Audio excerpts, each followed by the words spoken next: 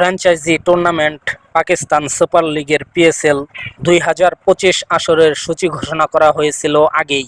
জানুয়ারিতে অনুষ্ঠিত players draft থেকে এবারের পিএসএল আসরে দল পেয়েছিলেন বাংলাদেশের 3 তারকা ক্রিকেটার নাহিদ রানা, লিটন দাস ও রিশাদ হোসেন।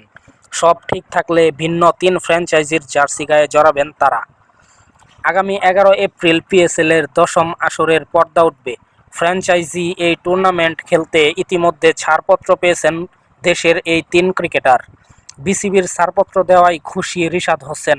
আজ শনিবার মিরপুর শেরেবাংলা স্টেডিয়ামে গণমাধ্যমের মুখোমুখি হন রিশাদ। সেখানে জানান নিজের খুশির কথা, সঙ্গে পিএসএল-এ চ্যাম্পিয়ন হওয়ার লক্ষ্যের কথা। রিশাদ বলেছিলেন, প্রথমে বলবো আলহামদুলিল্লাহ, ছাড়পত্র পাচ্ছি এবং যাচ্ছি পাকিস্তানে। ভালো করার চেষ্টা করব, টুর্নামেন্টে চ্যাম্পিয়ন হয়ে আসার জন্য চেষ্টা করব ইনশাআল্লাহ।